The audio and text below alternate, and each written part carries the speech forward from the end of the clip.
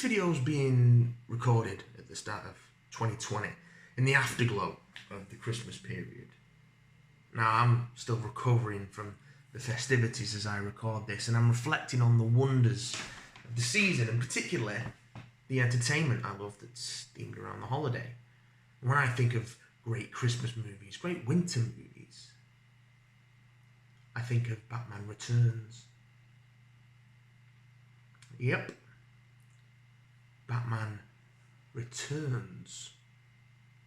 Tim Burton gave the superhero genre a shot in the arm with 1989's Batman, and its 1992 sequel was less well received, but still a huge success. Why is there always someone who brings eggs and tomatoes to a speech? Michael Keaton returns as Batman, who must contend with Danny DeVito's Penguin seeking vengeance for his childhood abandonment, and Michelle Pfeiffer's Catwoman with her violent brand of female empowerment. Meow.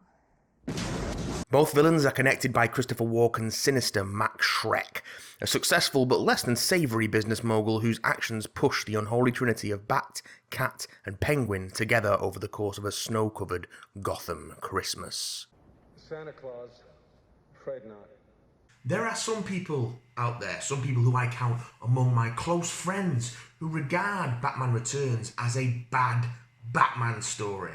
The Batman's a murderous thug with a sadistic streak and seemingly no care for collateral damage. And to them I say, why don't you come over and we can watch together on TV? You're not wrong. I don't see how. But It's not even accurate. Batman Returns is also a great Batman story and a great film in its own right, and I'm going to tell you why. Michael Keaton. He's a truly great screen Batman. His charismatic yet oddball, endearingly strange Bruce Wayne is a perfect cover for the muted, enigmatic Batman. Cold. It's vice versa. It's supposed to be cold. Where Michael Keaton shines, though, is in the blending of the two personas. His Batman is more human, emotionally vulnerable under the pretense of stoicism. His Bruce Wayne is more disconnected, swinging wildly between goofy playboy and brooding introvert. These contrasts help explore the cracked psyche of a man who dresses as a giant bat and places him as a person equally as damaged as those he stands against. It's a different flavour of madness, but madness nonetheless. Why are you dressed up like Batman? Because he is Batman, you moron. The relationship that develops between Bruce Wayne and Selina Kyle, between Batman and Catwoman, really illuminates this realization, culminating with Batman casting aside his mask both literally and figuratively to appeal to the humanity he recognizes in Catwoman, as he recognizes the Bruce Wayne within himself. Humanity is a pretty big key word for this movie, in fact. The three main characters being animal-themed allows the film to really play on their animalistic attributes. Batman, our hero, is easily the most human of the three, despite his emotional detachment requiring him to rediscover his humanity through the story. Don't you see? We're the same. Catwoman dies as a human and is reborn with cat-like characteristics, and it's her human and cat sides that vie for dominance as Selina Kyle is pulled between her human need for tenderness and connection and her predatory instinct for revenge that dominates her cat side. Sorry, Max, a die for a die. On the furthest extreme, Penguin is outright rejected by humanity as a baby and is presented as a grotesque parody of human behaviour worn by a violent animal in barely human form. And like you, I want some respect. A recognition of my basic humanity. His desire to obtain humanity, only for his animalistic side to make it impossible for him to be accepted, leads to his rejection of that humanity. He embraces the animal that he was made to be by his upbringing and by society's reaction to him. It all makes for a neat circle, making Batman's humanity both a positive and negative as he attempts to redeem Catwoman, yet cannot accept Penguin as more than a violent animal. This circular flow of blame puts the film in a moral grey area, which is a perfect place for a Batman story. Would Penguin have been as violent as he was with a little more compassion? Would Bruce Wayne be more compassionate without his Batman persona's violent taste for retribution? Did Catwoman's dual nature call out to the corresponding sides of Batman and Penguin's personalities, emphasising both the best and worst elements of their characters? No, I don't think so. Well, that's how I read it. My dear boy, sometimes it's a diversion to read such rubbish. Most of the time, it's a waste of time. We really do need to talk about the villains, because there are three fantastic performances that give this film its sinister triumvirate for Batman to face off against. And yeah, everyone remembers Penguin and Catwoman because of course they do, and we'll get to them. But first, we have to talk about Christopher Walken's Max Schreck. I'm just a poor schmo. Got lucky. Christopher Walken is an absolute delight in this. Equal parts sinister and silly, his trademark off-kilter delivery giving his dialogue a wonderful lilt, and Walken's tendency for idiosyncratic characterization giving the villain a wonderful life. You think you could go 15 rounds with Mohammed Shrek? It's Shrek's murder, or attempted murder, depending on how you view it, that kicks off the transformation of Michelle Pfeiffer's Selina Kyle into Catwoman, and like Keaton, Pfeiffer plays the duality of Catwoman brilliantly. There's the confident, dangerous and seductive Catwoman, all claws and whip, and the unsteady, vulnerable Selina Kyle. Some of Catwoman's confidence rubs off on the Selina Kyle personality, but there's still a vulnerability there that nicely mirrors the Bruce Wayne-Batman divide and provides a strong romance and rivalry between the two characters' civilian and costumed identities. Does this mean we have to start fighting? Of course, Walken's Max Schreck also gets to bounce off the delightfully hammy Danny DeVito as Penguin, here buried in 3 to 4 hours worth of makeup and prosthetics. DeVito really goes for it here, with a deranged, primal Penguin out for blood and not caring who knows it.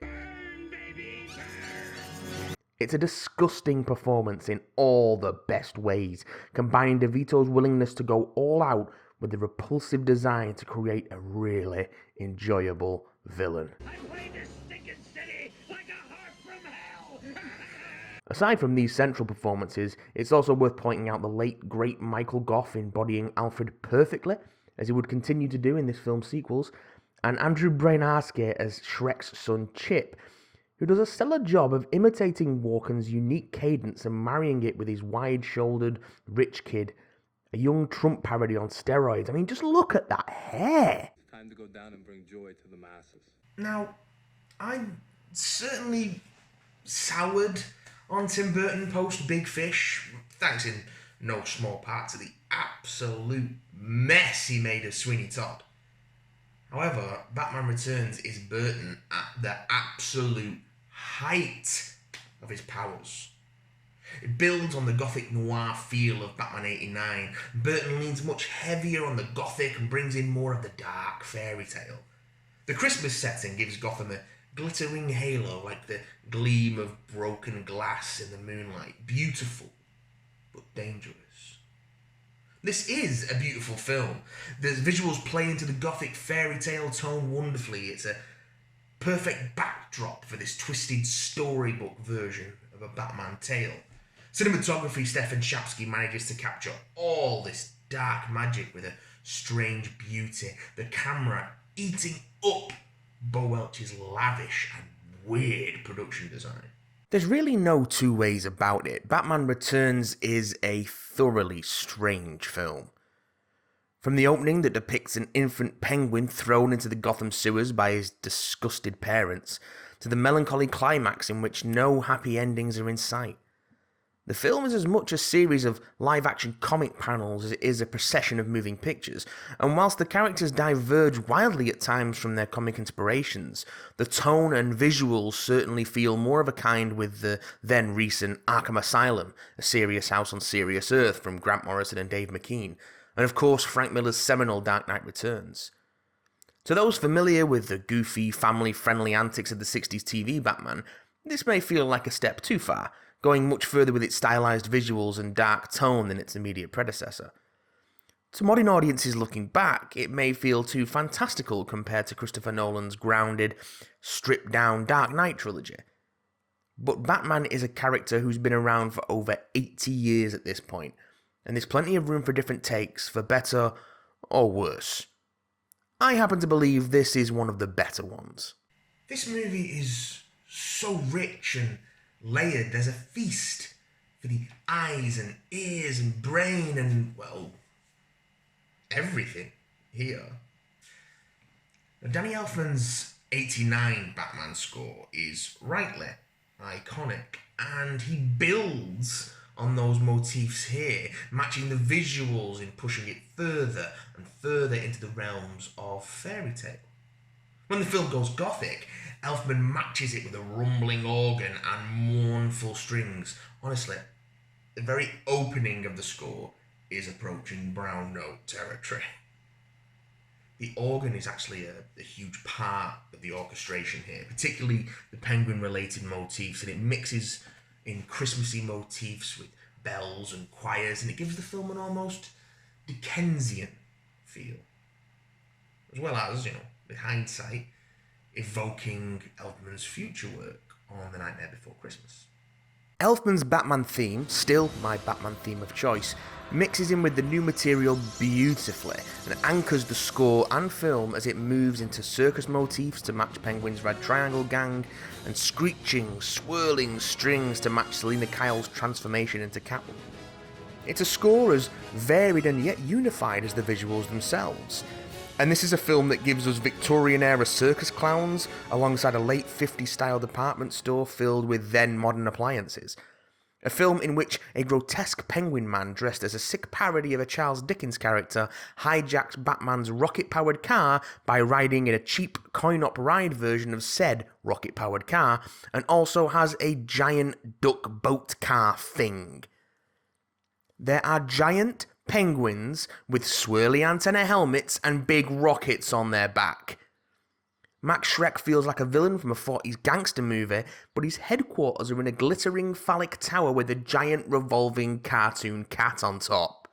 There's a heightened reality here that can sell you almost anything because it's done with such gusto, such commitment. Gotham City is mostly sets, eschewing the location shot realism that would go on to define Christopher Nolan's Bat films, and combined with matte backdrops to provide a backdrop for the madness that plays out that feels like a pop-up book Art Deco 1930s New York. As I said earlier, it's a thoroughly strange film. I'd be wrong to suggest that for all its wondrous oddity, it's without flaw.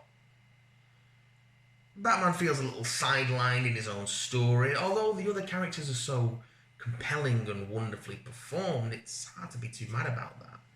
He is also a little bit more bloodthirsty than the average Batman, most notably when he drops a circus henchman down a manhole with a bomb strapped to him. However, the heightened, almost cartoonish tone of the film takes the edge off this brutality.